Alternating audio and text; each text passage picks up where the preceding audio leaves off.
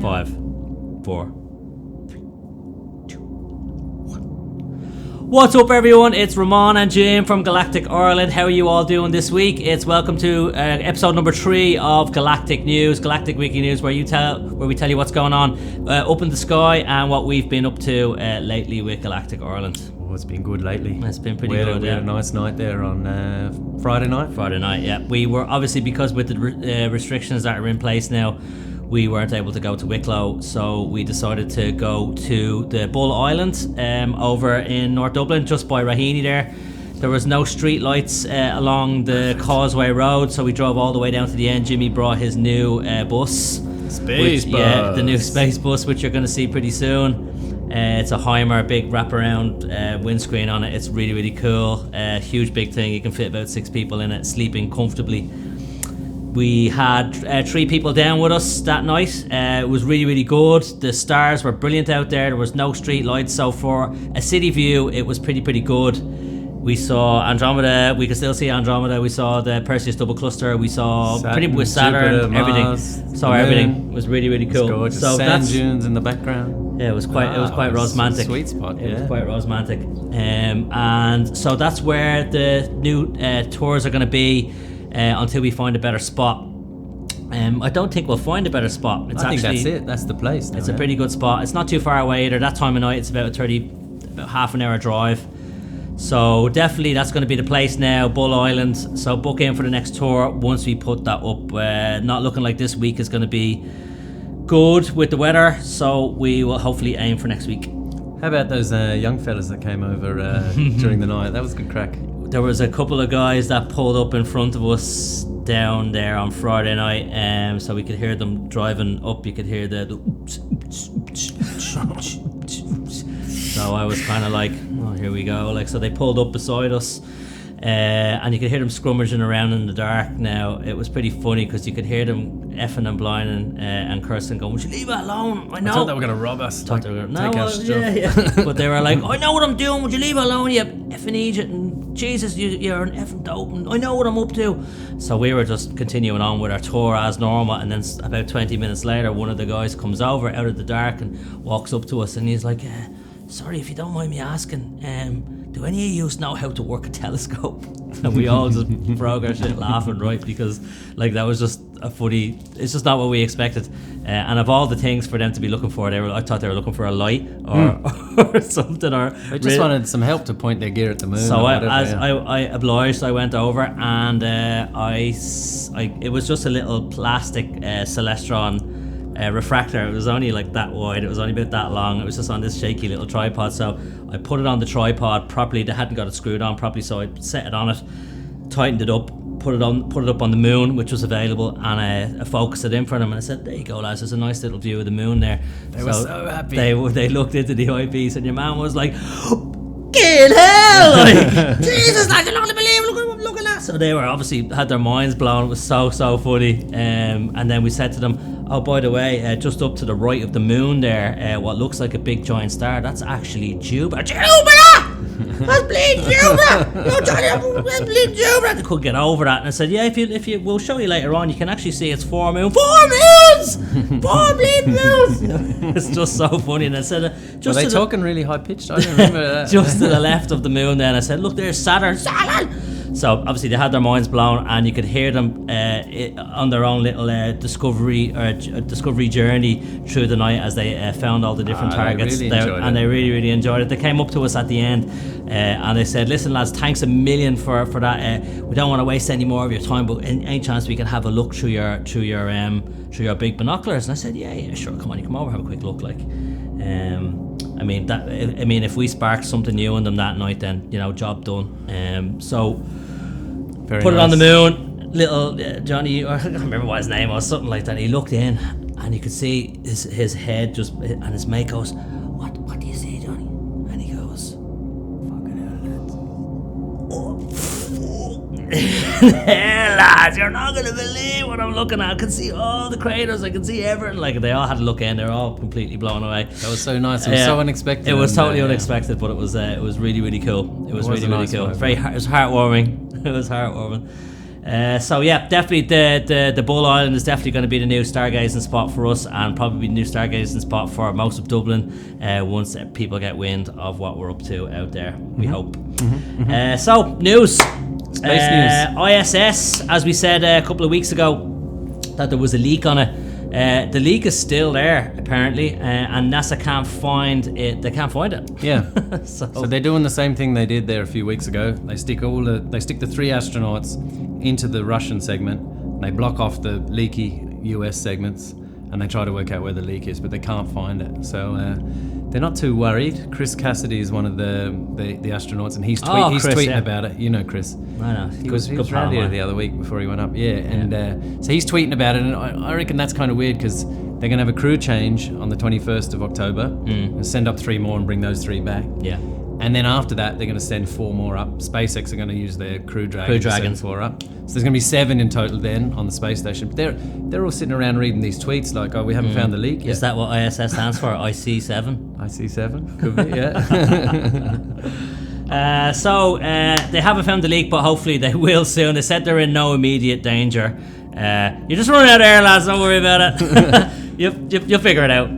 There's 7 very keen people to find the leak now. Exactly. Stage, so. All right. Well, hopefully they will find it, and everyone on the ISS will be safe and sound for the next few months. Kepler Communications launched their first 2 satellites into space, which is a new company, and they've booked 15 more so that they can get data, isn't it, to power the Internet of Things? What's the Internet of Things? Internet of Things is like all of our connected devices, these Alexa things, and your toaster talking to your house home internet thing and telling the lights to turn on with your voice, and all of our connected network stuff. I don't like the sound of that, bro. Yeah, it's a bit spooky. That's totally spooky. So that's what's going on. So like every time you plug in a toaster that you want to send a text message to tell it to make your toast, they have to throw up another satellite. So Kepler's gone for 2 more. Every time SpaceX throw them up, they throw up 60 at a time. They throw up 60 at a time. So Elon is throwing up 60 satellites at a time, and he eventually wants to have like a constellation of satellites up there. 1,500 satellites. 1,500 satellites. He wants to bring internet to everybody, high-speed internet to the whole world. Across the world, anywhere, Antarctica. Yeah. Like you could be anywhere and you'll get high-speed internet. But isn't that going to mess up our astronomy though? It is, but he said massively. So right now, astronomers and astrophotographers are really ticked off because a lot of their photos have these big streaks going across them, and that's not nice. So I think he said he's going to paint the rest of them black and try to stop the light from reflecting from them. So I don't know how he's getting on with that, but it is definitely kind of spooky. There's like already about 2,500 satellites up there. And what about the dead ones? About 3,000 dead ones. Whoa. Space junk. That's a lot of space junk. So it's a lot of space junk. So I was thinking about that, and I was looking, and I was trying to compare it to flights. So when we weren't in COVID, there was something like 8 to 10,000 planes, 8 to 20,000 planes in the sky at any one time, depending on when it was down and up. And people were saying, "Oh, look, there's no air traffic." Isn't that amazing? And I was like, actually, there's tons of them up there. You just can't see them. More. And then, so there's still the satellites are further away, obviously, but there's loads of them up there now. Yeah. There's going to be a lot more. So that's gonna, if they don't do that right, they're gonna make it tricky getting nice photos of deep sky objects and all that sort of stuff. And we're just getting. Well, hopefully he'll sort it out. Hopefully. Well, do you trust the guy? I don't know. I don't know. What do you think about Muskie? Elon Musk. Anyway, Artemis is a new NASA project about returning to the moon, hopefully in 2024, but also bringing the first woman to the rocky moon in 2024, which is kind of cool. It's cool, yeah. That's why they called it Artemis, actually, because Artemis was Apollo's twin sister. And Apollo was the first mission to the moon. Wow, there you go. Fun fact. It's the sister mission. Then. It's the sister mission. That's pretty cool. And everyone's getting on board. So this was driven by NASA in the US, and this week the Italians signed up to the gig, and they committed €1 billion. And they said there's another thing, right? Apparently, there's no money, and there's not enough money in the world for healthcare and to help feed the poor. But like when there's a bit of space involved, we can pull €1 million out of our backsides, and there we go. It's just there. It just appears.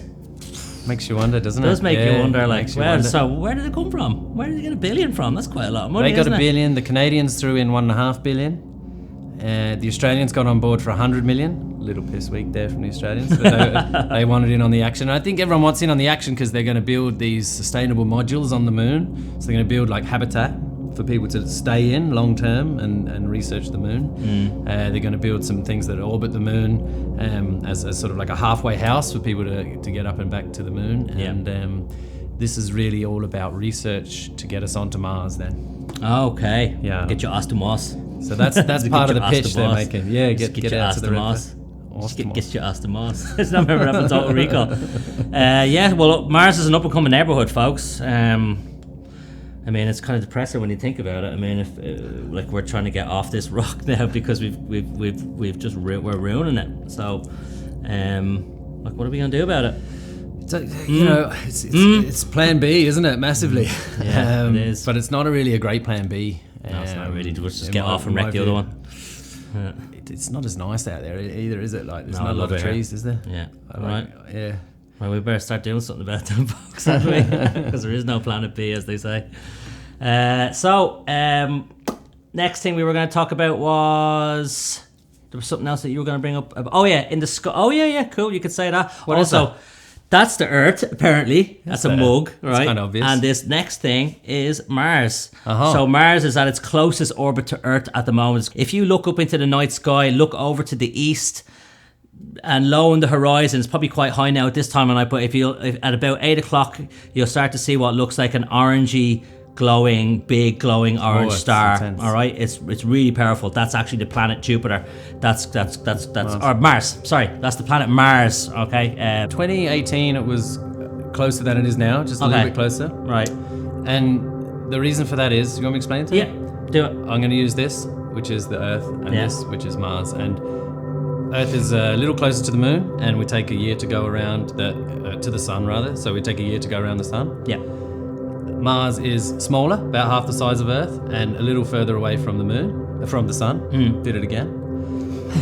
So Earth is going around on its year, and Mars goes round on its 2 year. And right now, Earth is catching up to Mars, and it's close. And then we're going to burn off again, and come around again, and then later on we'll catch up to Mars again, and we'll be close again. Close again. Yeah. Okay. And so it's smaller than, say, the likes of Jupiter, which is much bigger than Earth. Yeah. Like way bigger.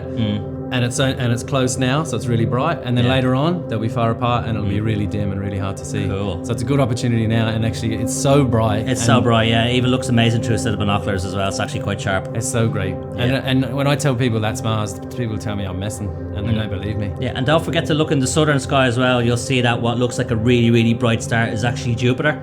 And then to the left of it, you'll see like a smaller orange, what looks like a little orange yellowy star. That's Saturn. So you got Saturn and Jupiter pretty much next to each other in the kind of southeast sky, and then over to the east you'll see Mars. So you can see all 3 planets at the moment. Also the aurora borealis is apparently visible at the moment. So I've heard, don't be expecting to see, like, you know, National Geographic crazy colours across the sky, but apparently you can see like a kind of white milky glow in the sky, so it might be worth looking at. We'll go out later and have a look. We could do have later, but apparently in the sky this week, that's the thing to be looking out for. So yeah, there you go. Still a bit kicking off up there, and still a bit kicking off. Plenty up there. kicking off down here as well. And we've got Orion. The Orion constellation is kind of back early in the morning now. I saw it the other night. Yeah. I was up late and I saw it up there. Yeah, he's there at about 3 in the morning now. He's Orion is back, who's kind of the boss for me. Like he's the king of all constellations. That was the constellation that I looked at for the first time and absolutely had my mind blown. So he's got obviously Orion's belt. He's got Betelgeuse in there, who's one of the next stars in our solar system, or in our local neighborhood that's about to go supernova in the next few 100 million years. Okay. If it hasn't already, I don't know. But I can't wait for that, man. Yeah, he's been dimming a lot in the past 2 years, or a year and a half, 2 years. And it's usually a sign that he's starting to run out of hydrogen, and he's starting to fuse other things, and he's starting to run out of energy. So when he goes supernova, apparently, if we ever see it in our lifetime, It'll look as bright as a full moon, but in the day. Wow. Yeah, it'll be just like this big supernova in the sky. Imagine what it's going to look like at night as well. That's going to be quite a thing, guys. That's going to be, imagine the energy coming at the planet from that. Like, that's going to be something else. Fantastic. So Orion's around at the moment. Orion Nebula will be visible again now in the next few weeks. So if you haven't signed up for any of our tours before, Orion's Belt and the Orion Nebula, which is where stars are born, that's totally visible in the sky right now. Amazing through binoculars, even more amazing through a telescope. So well worth having a look at. Come and join us. Yeah, come and join us. Now it's on the news front there, Jimbo. That's it. Is that it? That's it for the week, yeah. Alright, cool. Alright, guys. So check us out on Instagram at Galactic_Ireland. We're on Facebook, Galactic Ireland, and then check out our website, galacticIreland.com. Twitter. What's the handle? At Galactic Ireland. At galacticIreland.com. Hope you all have a great week and stay safe. Love you guys. And don't forget to like and subscribe to the channel. And if you have any questions, let us know in the comments below. Take it easy. Cheerio.